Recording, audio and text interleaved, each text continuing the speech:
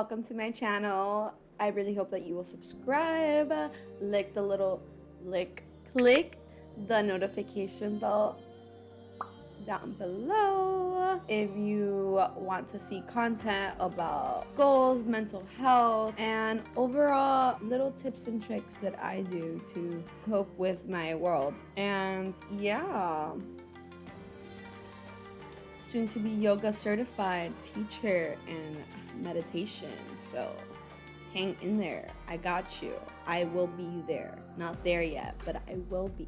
Yeah, the ultimate goal on this, I was about to say show. Yeah, the ultimate goal on my show is to like totally heal myself completely and be able to heal you. Woo! Today I'm going to be talking about how you can use your moon phases to realign, reassess, and constantly be thinking about your long-term goals and short-term goals. Not that life always has to be about going to the goal, because it's all about the journey, but with discipline there is joy and freedom. But always remember that if you are not happy with yourself right now, then it is going to be very hard to find happiness. Well, you're not going to find it.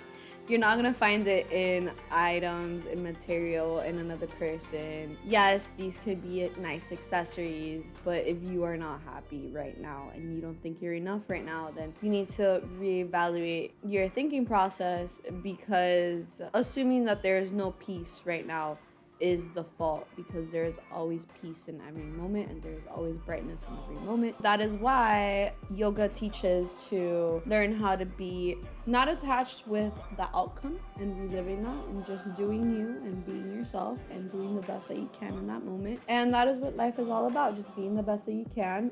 Screw the outcome, you can't control it. Just it.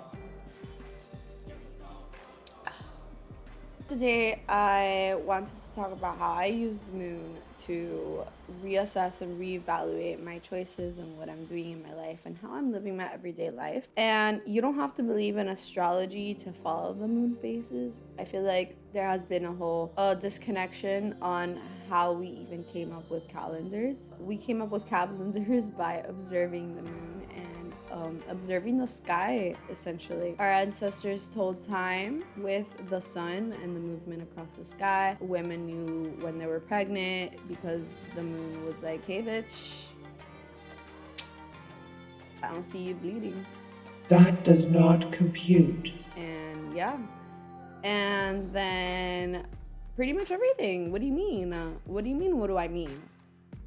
That is how the calendar came to be. The first person to invent the calendar, because I looked it up, according to Wikipedia, King Numa. And this King Numa Pompilius invented the calendar. The first calendar was 10 months. And then they invented February with leap years because it just wasn't adding up, because I guess nothing is perfect.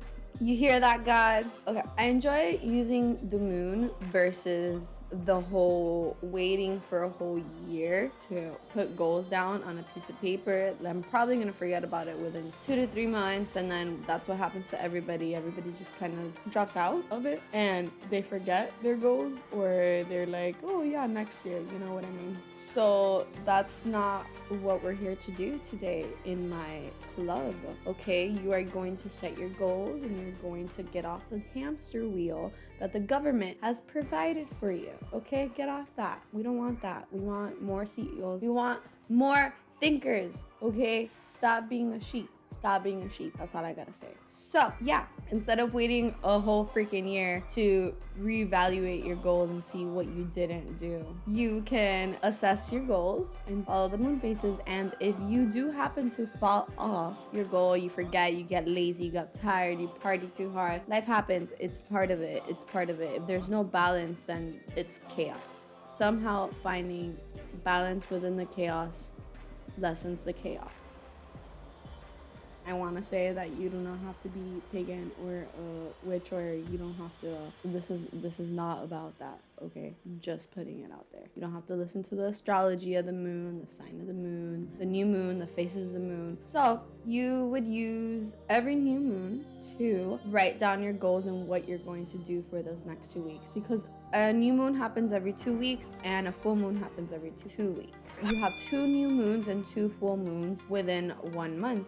So you are reevaluating your things constantly, and that's why I like this method, because you can hop off and hop back on really quick. I find it really hard to fail because I'm not really failing. Like, nobody's testing me, nobody's watching me, nobody even knows what I'm supposed to be doing, you know? But to me, when I don't do these things that I'm supposed to be doing, or that was on my to-do list, when I don't do that, then I feel like the whole day is ruined, the whole week is ruined, that's it, I'm a failure, I suck, I climb back in bed and I freaking sleep. And I'm like, yeah, that's nice. But these following the phases of the moon, for me, it has helped me tremendously, because it doesn't feel like I failed. I could just hop back on the wheel, pretend like it didn't happen, you know, like that was yesterday. Just throw that under the rug, you know. That didn't happen.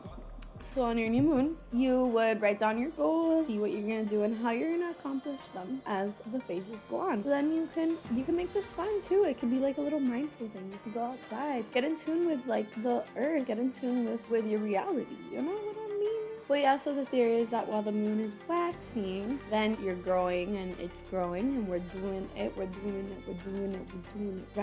We're doing it right. And you're doing all your little actions or whatever.